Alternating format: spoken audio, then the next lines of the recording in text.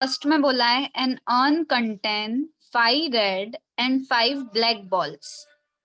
A ball is drawn at random, its colour is noted and it return to the urn. एक ball निकाली, उसका colour देखा और वापस से कहाँ डाल दी? उसी में, है ना. फिर moreover 2 additional balls of the colour drawn are put in the urn. जो पहली बॉल मैंने निकाली उसका जो कलर नोट किया उसको तो डाला ही, साथ में उस कलर की कितनी बॉल और डाल दी?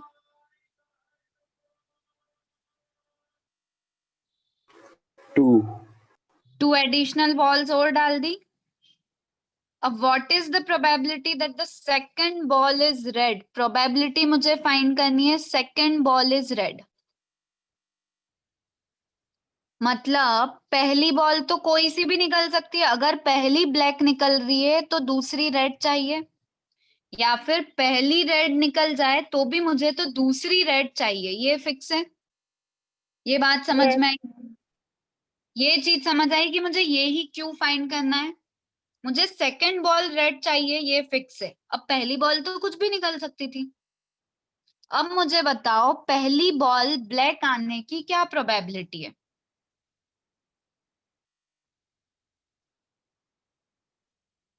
1/5. 5/10, 1/2. पहली ब्लैक अभी अर्न है आपके पास, इसमें से ब्लैक आने की क्या प्रोबेबिलिटी है? Okay, yes, ma'am.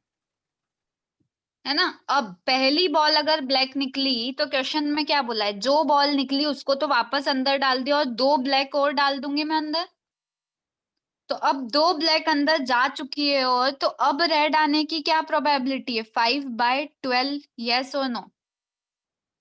Yes, ma'am. 2 black Yes, ball ma'am. अंदर जा चुकी है, तो अब टोटल 12 बॉल्स हो चुकी है, उसमें से रेड तो 5 ही है. अभी यहाँ ध्यान से समझना, पहली रेड आने की क्या प्रोबेबिलिटी है? फिर से 5/10, क्योंकि रेड 5 ही है. अभी पहली अगर रेड निकली तो क्वेश्चन में क्या बोला है कि 2 रेड अंदर और चली गई. 7/12. Very good, 7/12. क्योंकि अब रेड वाली 7 हो गई है, तो ये हमारा आंसर आ जाएगा 120. मतलब मैंने एक्चुअली मल्टीप्लाई करके 120 एलसीएम ले लिया, 25 प्लस 35, तो 60/120. तो आंसर इज 1/2. समझ में आया क्वेश्चन? Yes. तो ये क्वेश्चन ऐसा नहीं था कि बॉल निकल चुकी है तो कौन से अर्न या कौन से बैग से निकली है. Question total probability, simple question था कि पहली बॉल कोई सी भी हो सकती है, सेकंड बॉल मुझे रेड चाहिए, ये फिक्स है. आई बात समझ में? Yes, ma'am. जल्दी से क्वेश्चन सेकंड स्टार्ट करो. अब बैग कंटेंट बहुत इजी है, इसका आंसर फटाफट से मुझे दो, क्योंकि ऐसा हम कर चुके हैं.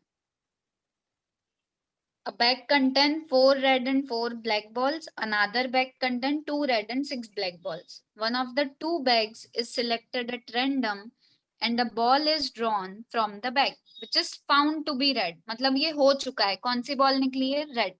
What is probability that it is drawn from the first bag? ये क्वेश्चन ऐसा हम कर चुके हैं. हाँ मैम, बेस क्लियर हूँ. Yes, three ma'am. स्टेप्स हो गए सारी. Bag 1, 4 red and 4 black. Bag 2, 2 red and 6 black. Starting में मैं क्या लिखूं? मुझे बोलते जाओ क्या क्या लिखना है.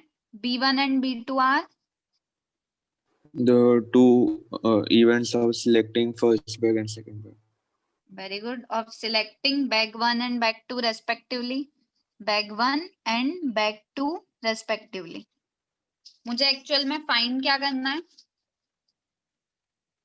Probability ball is drawn from bag 1 but it was known या found to be red. वो हो चुका है, तो मैं R इवेंट क्या लूंगी? Red R ball. event, then ball drawn ball is red. ठीक है, ये आ गया समझ में आपको? यहाँ पे Yes, ma'am. फॉर्मूला क्या लिख दूं? Ma'am, R upon P B1 R1. into probability of B1 very good. upon हाँ. probability of R upon B1 upon into probability of B1 plus probability of B2 bag 2 select हुआ और उससे red ball आना. red. Yes, ma'am. ठीक है, क्योंकि red ball हमको चाहिए बैग 1 वाली, पर हो तो दोनों की सकती है. तो बस अब हमारा क्वेश्चन इजी है. बैग 1 सिलेक्ट होने की प्रोबेबिलिटी बैग 2 की, फिर रेड बॉल बैग 1 से आने की probability and red ball bag 2 से. 2 तो ये तो 1/2 1/2. यहाँ से रेड बॉल आने की क्या प्रोबेबिलिटी है? 4 upon 8 मतलब 1 1. upon 2 यहाँ से रेड आने की 2 upon 8 which is 1/4. 1 upon 3. Yes. हमारा Yes. 1/2 into 1/2 divided by 1/2 into 1/2 plus 1/2 into 1/4. Clear? Yes. ये तो अब सेम ही क्वेश्चन हो गया था. अब क्वेश्चन मैम थर्ड. एक मिनट, हाँ. सॉल्यूशन दिखाओ ना मैम.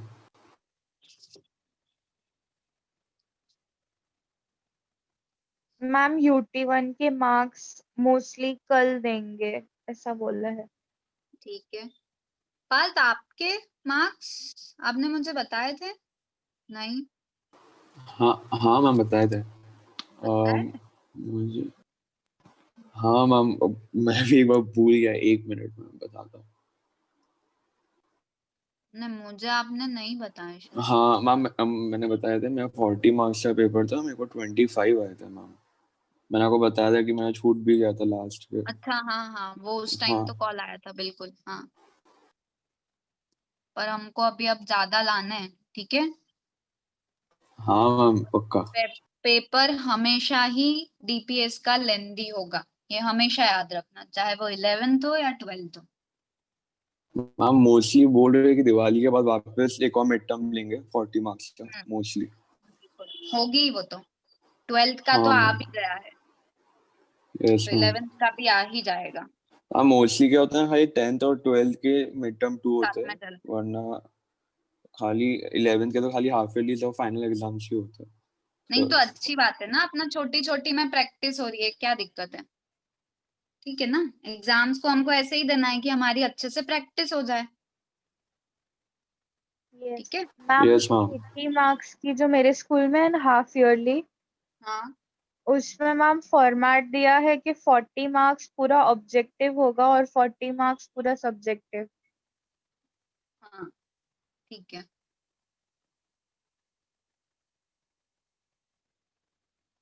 एमसीक्यू तो पूछते ही है, मतलब. Yes ma'am MCQ. चलो अभी करो सॉरी. Question third. हाँ, क्वेश्चन थर्ड करो. Of the students in a college, it is known that 60% reside in hostel and 40% are day scholars. Previous year results reports that 30% of all students who reside in a hostel attend A grade and 20% of day scholars attend A grade in their annual examination. At the end of the year, one student is chosen at random from the college and he has an A grade. मतलब क्या चीज हो चुकी है? A grade आया है वो आया स्टूडेंट को, है. वो What is कंफर्म है. probability that the student is? हॉस्टली. मतलब हमको फाइंड क्या करना है? अगर मैं क्वेश्चन थर्ड देखूं तो मुझे फाइंड क्या करना है? अगर मुझे पहले से वो लिखना हो तो find the probability that he is hostelier when it was known that he is getting A grade. Yes ma'am. बस. तो हमको H एंड डे स्कॉलर को D ले लेते. H and D are events that student, ये line लिखते आ जानी चाहिए, that student resides in hostel and day scholar respectively. मतलब वो या तो डे स्कॉलर है या होस्टलर है. ए इज इवेंट क्या हो जाएगा? ए इज इवेंट क्या लिखूं? That chosen student gets grade A. Yes, A. That student get A grade. ठीक है, तो यहाँ फॉर्मूला बन जाएगा h बाय a का a बाय h इंटू h। अब नीचे वो हॉस्टल में रहता हो तब A ग्रेड आए, या फिर वो डे स्कॉलर हो तब A ग्रेड आए, दोनों चीज पॉसिबल है। Yes, ma'am. बस, तो हॉस्टल में रहने की प्रोबेबिलिटी, डे स्कॉलर होने की प्रोबेबिलिटी, फिर ए ग्रेड आने की प्रोबेबिलिटी जब वो हॉस्टल में है, ए ग्रेड आने की जब वो डे स्कॉलर है। सब कुछ गिवन ही है क्वेश्चन में। 60% हॉस्टल में रहने की तो 40% डे स्कॉलर। ए ग्रेड आने की प्रोबेबिलिटी जब वो हॉस्टल में है तो 30% और डे स्कॉलर है तो 20%। बस, तो यहाँ हम क्या लिख देंगे, 30/100 इंटू हॉस्टल में रहने की 60/100। यहाँ पे 30/100 इंटू 60/100 प्लस 20/100 इंटू 40/100। बहुत इजी है, 100 तो कॉमन लेके कैंसल, हमको सिर्फ 30 into 60 upon 30 into 60 plus 20 into 40 इतना सा कैलकुलेट करना है। तो बहुत इजी क्वेश्चन है, अगर हम आइडेंटिफाई कर ले फाइंड क्या करना है और कौन सी दो चीज वेरी हो रही है। मतलब ए ग्रेड तो फिक्स हो गया है, अब वो हॉस्टल में रह के आए या डे स्कॉलर है तो आए। Yes, ma'am. ठीक है, कोई डाउट? No, ma'am. चलो, तो नेक्स्ट क्वेश्चन करो, क्वेश्चन 4th। हम और 5th करेंगे तो वो HIV पॉजिटिव जैसा क्वेश्चन हो जाएगा, तो हमको सब चीजें क्लियर होगी। चलो करो 4th।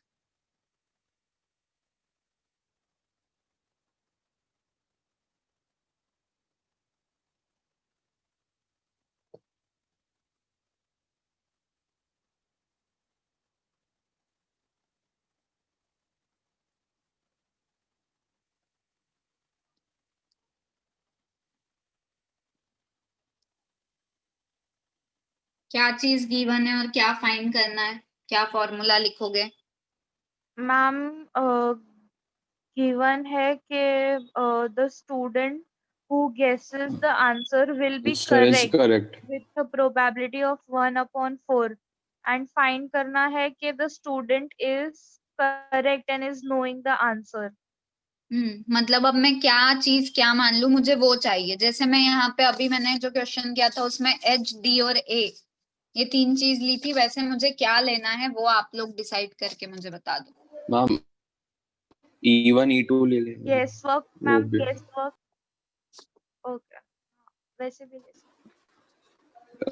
E1 will be the event that student knows the answer and E2 will be the event that he guesses the answer. कहने को नहीं बोलती हूँ क्योंकि फिर अपने को देखना पड़ता है कि मैंने E1 किसको माना। मैं यहाँ भी E1 E2 मान सकती थी, पर मैं H और D क्यों ले रही हूँ, मुझे देखते से समझ आ हॉस्टलर और day scholar.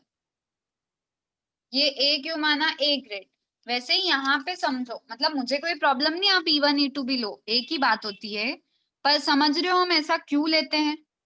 Yes, ma'am. Yes, ma'am. हाँ, तो अभी Yes. क्वेश्चन को ढंग से पढ़ो ना, यहाँ लाइन लिखी हुई दिख रही है, what is the probability that the student knows the answer given that he answered it correctly. Given that क्या है, that he answered it correctly. अब वो दो चीज हो रही है, या तो वो आंसर जानता है या वो गेस कर रहा है। तो K and G are the events. Yes, ma'am. मतलब आप E1 E2 लो, कोई गलत नहीं है। हाँ, मतलब आप ले सकते हो, K and G are the events that he knows the answer and guess the answer respectively। ठीक है, फिर given that he answered it correctly, तो C is event that he answered it correctly, answered correctly, है ना। ये C, ये knows the answer और guess the answer। तो probability किसकी चाहिए, that he knows the answer given that he answered it correctly। तो K by C को क्या लिख दोगे, C by K into K। नीचे क्या होगा, वो आंसर जानता है तब उसने करेक्ट आंसर दिया, या फिर गेस वो किया है गैस और कर correct रहा है किया। तब उसने करेक्ट आंसर दिया। कोई डाउट? No ma'am. क्वेश्चन में probability that he knows the answer और probability that he guess the answer, फिर प्रोबेबिलिटी करेक्ट होने की और प्रोबेबिलिटी, अब मुझे बता दो कौन सी क्या गिवन है। What is probability when he knows the answer? 3/4। ये गिवन है 3/4, उसका गैस करने की क्या प्रोबेबिलिटी है? 1/4। 1/4। 1/4। फिर ये क्या आएगी प्रोबेबिलिटी, इसको कैसे रीड करेंगे? Probability of correct answer when he knows the answer. Ma'am वो फाइंड करना है ना। वो कहाँ फाइंड करना है? फाइंड तो ये करना है, ये फाइंड करना है। डिफरेंस समझो दोनों में। यहाँ पे करेक्ट आंसर हो चुका है तब आपको बताना है कि वो आंसर जानता था, उसकी प्रोबेबिलिटी। यहाँ पे तो ऐसा है 1। कि वो को पहले से पता है कि वो आंसर जानता है, नोज द आंसर। अब करेक्ट होने की क्या प्रोबेबिलिटी? अगर वो आंसर 1। जानता है तो वो करेक्ट ही होगा ना, यस मैम। है ना? गैस नहीं कर रहा है, वो जानता है आंसर, पर वो गैस कर रहा है तो करेक्ट होने की क्या प्रोबेबिलिटी है? वो क्वेश्चन में गिवन है 1/4। Yes Assuming that ma'am. the student who guesses at the answer will be correct with probability 1/4। तो ये डिफरेंस क्लियर है ना? क्या फाइंड करना है वो तो हमने यस ऑलरेडी लिख मैम। रखा है बेटा। तो C यस बाय मैम। के मतलब 1, 3/4 नीचे हो जाएगा 1 इंटू 3/4 प्लस 1/4 इंटू 1/4। तो इसको समझो, वो पहले से आंसर जानता है तो करेक्ट देने की प्रोबेबिलिटी। अब आंसर जानता है तो करेक्ट ही होगा, करेक्ट हो चुका है। वो कब करेक्ट होगा? जब वो आंसर जानता है, ये आपको फाइंड करना है। क्योंकि करेक्ट हो चुका है तो करेक्ट जो हो चुका है वो दोनों केस में हो सकता है, वो आंसर जानता है या वो गेस कर रहा है ना? यस। दोनों केस में यस। आंसर करेक्ट हो सकता है। Yes ma'am. Clear? Yes ma'am clear है। नेक्स्ट क्वेश्चन करो। Fifth,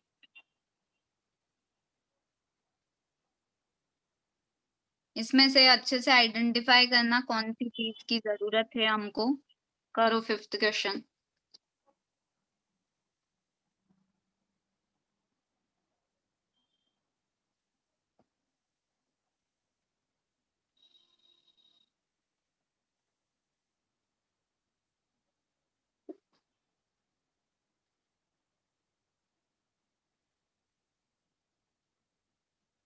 A laboratory blood test is 99% effective in detecting a certain disease when it is in fact present। मतलब उसको disease है और वो डिटेक्ट होगी, वो क्या दिया है? 99%। However, the test also yields a false report result for 0.5%। false report का मतलब क्या? कि उसको डिसीज नहीं है तो भी रिपोर्ट क्या आ रही है? पॉजिटिव। पॉजिटिव। तो यहाँ वही बोल रहे हैं कि हेल्दी पर्सन टेस्टेड। तो if a healthy person is tested, then with the probability 0.005 the test will imply he is disease। क्योंकि 0.5% का क्या मीनिंग है? 0.005। तो हेल्दी पर्सन हेल्दी है मतलब उसको डिसीज नहीं है तो भी रिपोर्ट कैसी आ रही है? पॉजिटिव। इतने पॉजिटिव। परसेंट लोगों की। If 0.1% of the population actually has the disease, what is probability that a person has the disease given that his result is positive? मतलब रिजल्ट तो आ चुका है कि पॉजिटिव है उसकी रिपोर्ट। अब दो केस पॉसिबल है, या तो उसको एक्चुअली डिसीज होगी या फिर उसको नहीं होगी। False report. यस। रिपोर्ट तो बेटा पॉजिटिव आ चुकी है, हाँ मतलब उसको नहीं है तो भी रिपोर्ट क्या आ गई है? पॉजिटिव। पॉजिटिव। ठीक है? यस। क्वेश्चन में हमको क्या करना होगा? ये जो लास्ट लाइन होती है उससे समझ में आ जाता है गिवन क्या है और फाइंड क्या करना है। तो what is the probability that the person has disease given that his result is positive? ये चीज हो चुकी है। तो R is event that report is positive. ठीक है? और yes. A is event that person actually having disease, तो ये वाले ऐसे ही होते हैं, एक्चुअली हैविंग डिसीज, और ए डैश क्या ले लोगे? A dash is event that person does not have disease. कोई डाउट? No ma'am. ठीक है, तो अब मुझे प्रोबेबिलिटी किसकी फाइंड करनी है? हाँ, यहाँ पे मैं लिख दूं फॉर्मूला, क्या लिखूं जल्दी बता दो।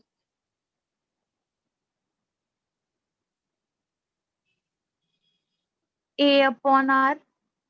Very good. Actually having disease when report is positive. Path clear है? Yes ma'am. बस यहाँ पे ए बाय आर हो जाएगा R उल्टा, आर बाय नीचे, एक तो ये खुद, और एक क्या बचा? A dash. A dash। तो अब इसको कंप्लीट करो। A probability of A dash, probability of R by A, और probability of R by A dash. एक एक करके मुझे सबकी प्रोबेबिलिटी बताते जाओ। Probability of actually having disease 99%। 99% effective in detecting. Question में ध्यान से पढ़ो। If 0.1% of the population actually has the disease, वो जो 99% है, वो तो वो क्या बोल रहे हैं कि जिनको डिसीज है, Exact। Yes। 99% की वो रिपोर्ट सही दे रहा है। तो एक्चुअली कितने लोगों को डिसीज है? 0.1% को। तो बचे कितने? 1 माइनस 99 हाँ। है ना? 0.1% मतलब 0.001, तो 1 माइनस 0.011 इज वही 0.999। 0.1% मतलब 0.001। तो एक्चुअली हैविंग डिसीज, कितने लोगों को डिसीज है, यहाँ बहुत ध्यान से समझना क्वेश्चन में। If 0.1% of the population actually has the disease, तो जिनको नहीं है वो लिख दिया। अब यहाँ पे क्या बोल रहे हैं? आर बाय ए, जिनको एक्चुअली डिसीज है और रिपोर्ट क्या आ रही है? पॉजिटिव। तो ये first line, laboratory blood 99। test is 99% effective in detecting a certain disease when it is in fact present, मतलब है उसको और वो डिटेक्ट कर रहा है। तो एक्चुअली हैविंग डिसीज और उसकी रिपोर्ट पॉजिटिव आ रही है, तो वो 99% है। और फिर क्या बोला है कि पर्सन तो हेल्दी है, मतलब एक्चुअली नॉट हैविंग डिसीज, तो भी उसकी रिपोर्ट क्या आ रही है? मैम 0.5। 0.5% या 0.05, यहाँ पे क्या हो जाएगा? 0.099, नहीं सॉरी, 99/100 तो 0.99। ठीक है, बस सारे मिल गए हमको वैल्यूज। तो 0.99 इंटू 0.001, ये दोनों divided by 0.99 into 0.001 plus 0.005 into 0.999। आया समझ में?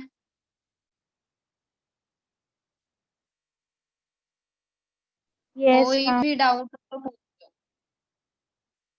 हाँ 1 मिनट मैम। No ma'am.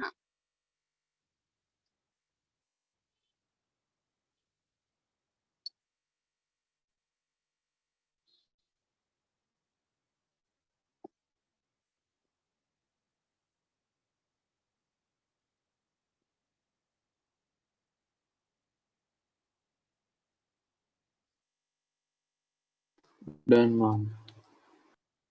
ठीक है, चलो तो नेक्स्ट क्वेश्चन देखो, 6th। अब तो कॉन्फिडेंस आ गया होगा। क्वेश्चंस देखो जैसे हमने करे सब वैसे ही है, आपको बस आइडेंटिफाई करना है प्रोबेबिलिटी किसकी फाइंड करनी है और क्या चीज गिवन है। Yes ma'am. नेक्स्ट करो 6th।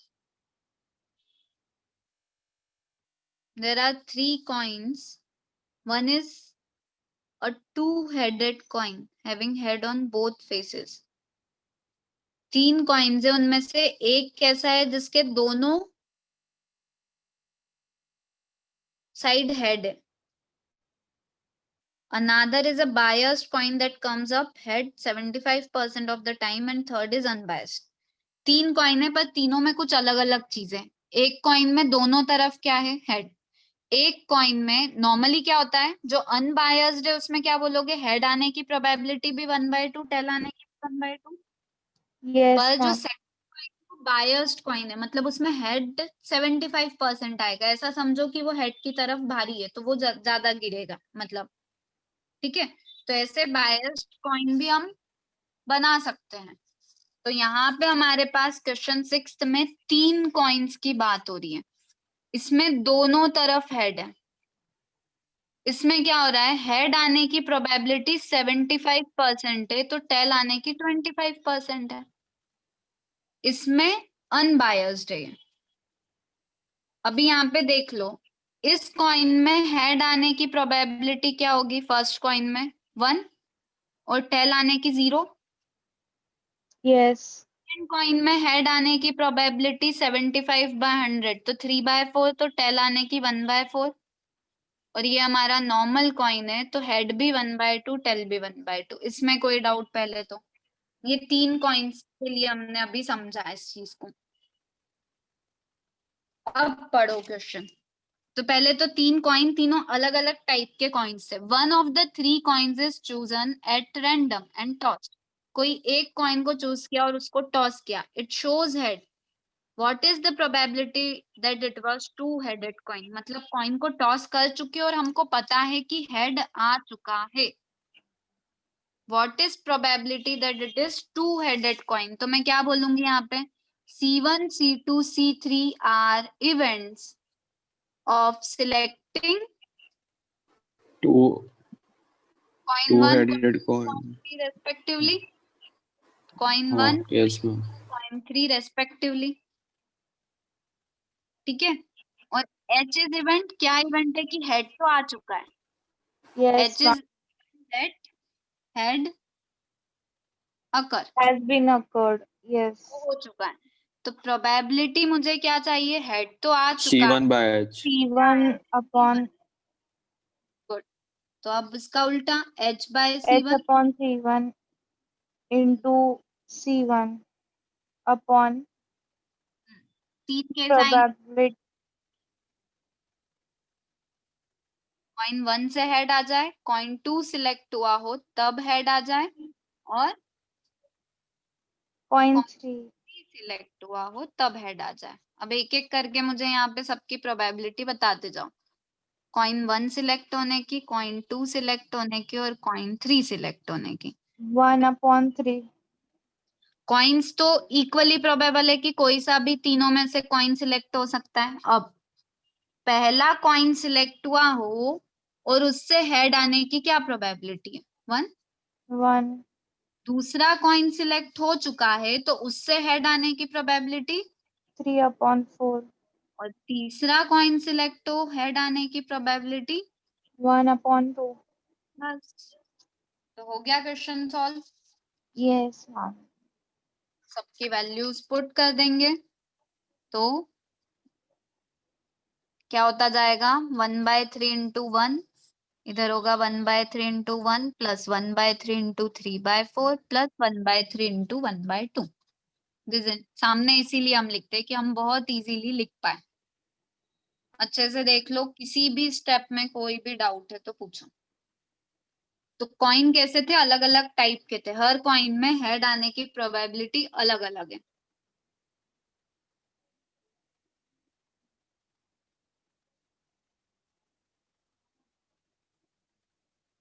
ठीक है, यस मैम। Yes, ma'am.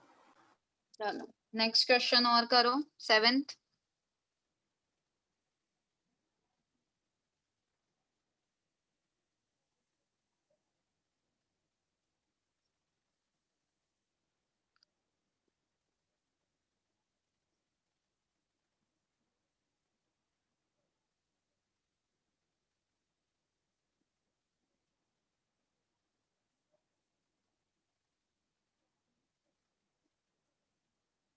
क्या गिवन है और क्या फाइंड करना है? मैम 3 इवेंट दिए हुए। Yes, ma'am.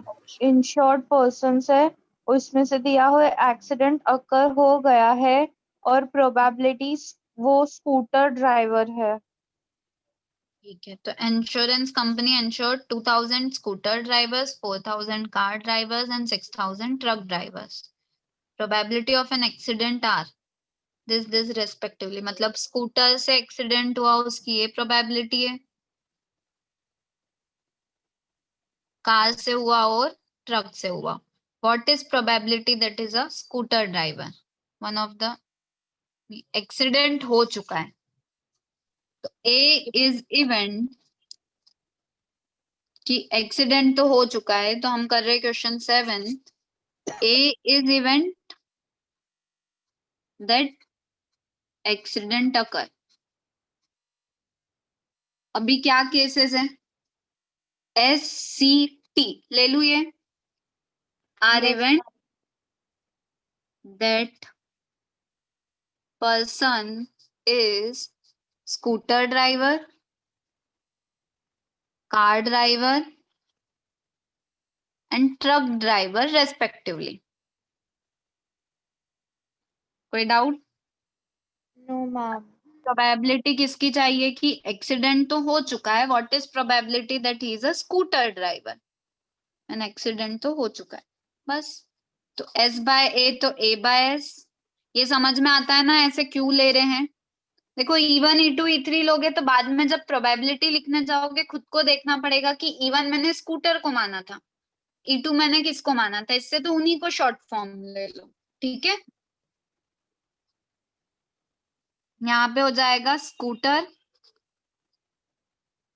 से एक्सीडेंट हुआ, मतलब स्कूटर ड्राइवर है और एक्सीडेंट हुआ है, कार ड्राइवर है तब एक्सीडेंट हुआ है, या फिर ट्रक ड्राइवर है तब एक्सीडेंट हुआ है. बताते जाओ मुझे किसकी क्या प्रोबेबिलिटी होगी.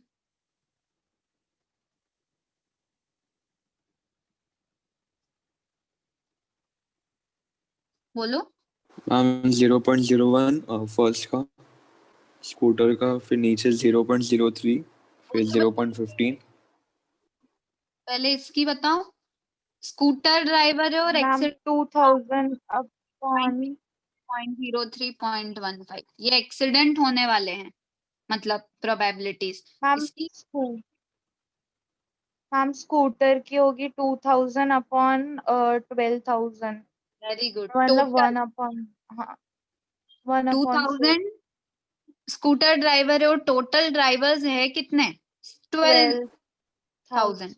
2000 प्लस 4000 प्लस 6000. वैसे ही ये क्या हो जाएगा? 4000 डिवाइड बाय 12,000 और ये 6000 बाय 12,000. आया समझ में?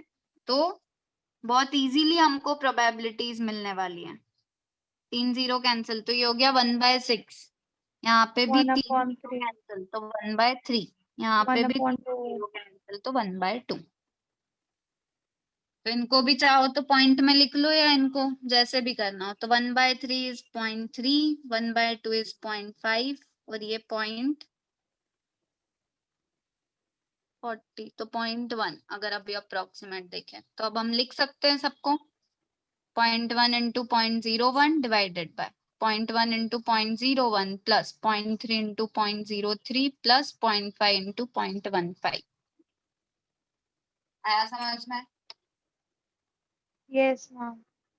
ठीक है, तो क्वेश्चंस बहुत इजी है पर हमको ढूंढना पड़ेगा कि क्या चीज फाइंड करनी है.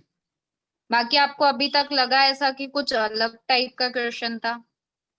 सब में यही चीज हो रही है. अगर हमने आइडेंटिफाई कर लिया कौन सा इवेंट हो चुका है और कौन सी अलग अलग चीजों से हो सकता था वो इवेंट, वही चीज हो रही है. Yes ma'am. Yes, ma'am. ठीक है? एक वो जो अपन ने ट्रुथ वाला जो क्वेश्चन करा था,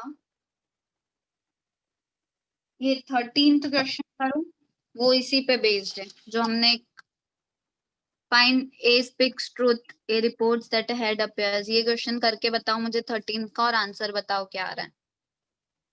क्योंकि 8th क्वेश्चन बोल्ट वाला है, फैक्ट्री, जो हम ऑलरेडी कर चुके हैं, defective bolt. Yes ma'am.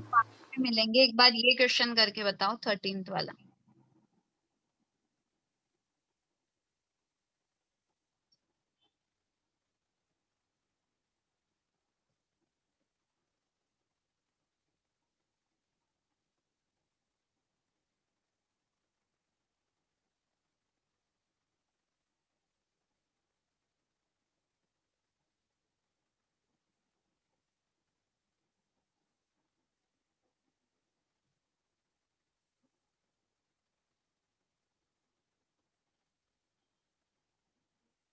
Ma'am 13th का 4/5 होगा answer.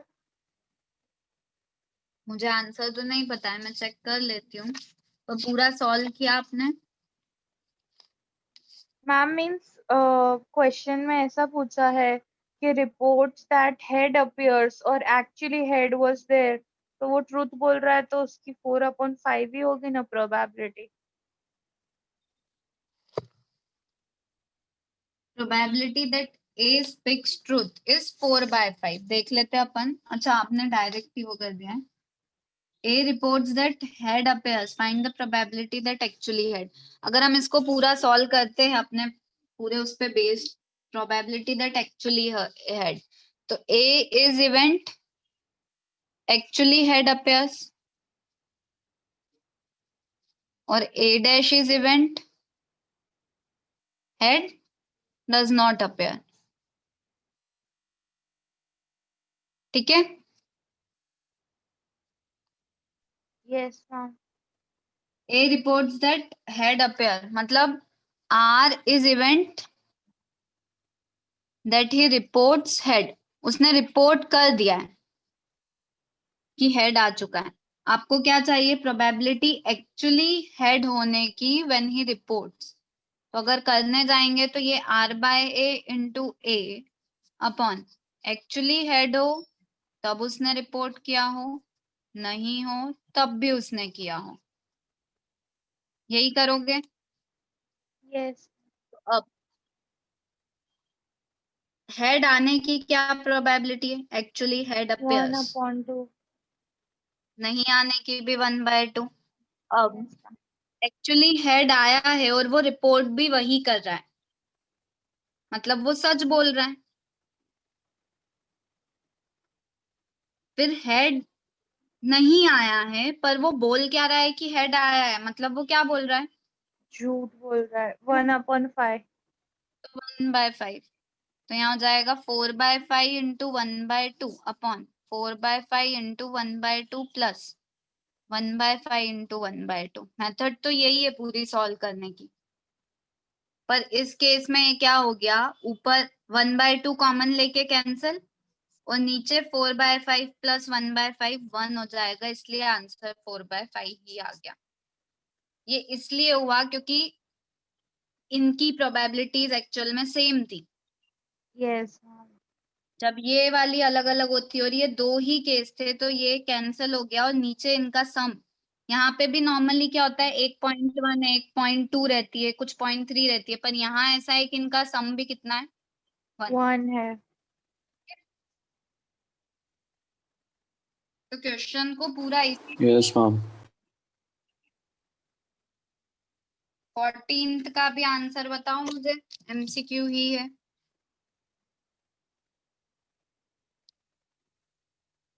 If A and B are two events such that A is subset of B and probability of B is not 0, then which of the following is correct?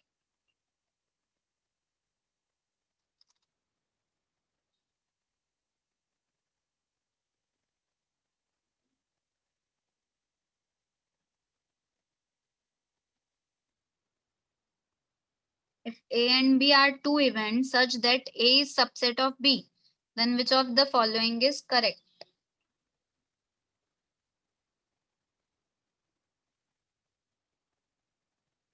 कैसे बताओगे?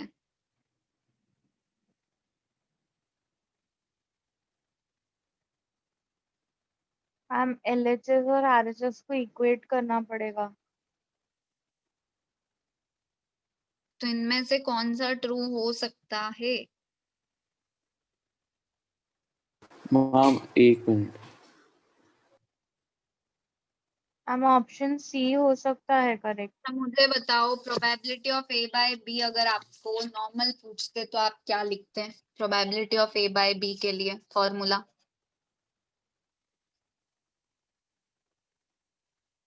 क्या कर रहे हो? A intersection B upon B। B upon yes yes ma'am. Ma'am. Question में बोला है A is subset of B। A subset of B मतलब A छोटा सेट है, B बड़ा सेट है। तो मैम इसमें प्रोबेबिलिटी ऑफ ए इनका intersection B equals to intersection probability कौन ऑफ होगा? ए। A होगा ए अगर छोटा सेट है और बी बड़ा सेट है तो इंटरसेक्शन क्या आने वाला है? क्योंकि सब ए सेट तो ए ही आएगा,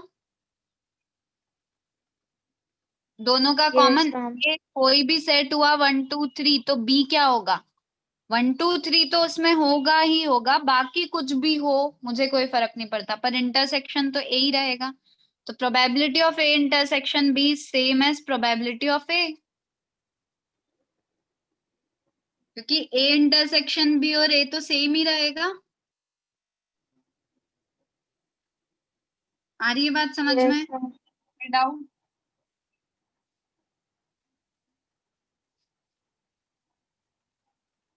नो मैम। मैम सो कौन आंसर सा मैम आंसर कौन सा? बड़ा होगा?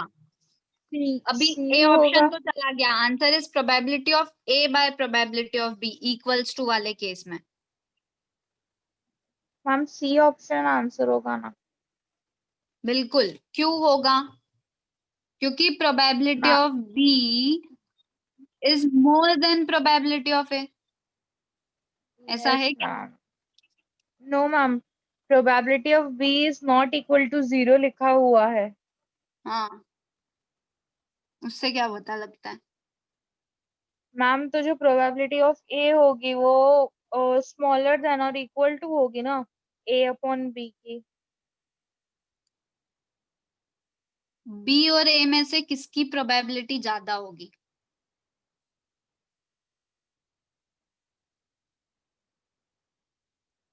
हाँ, कौन बड़ा है?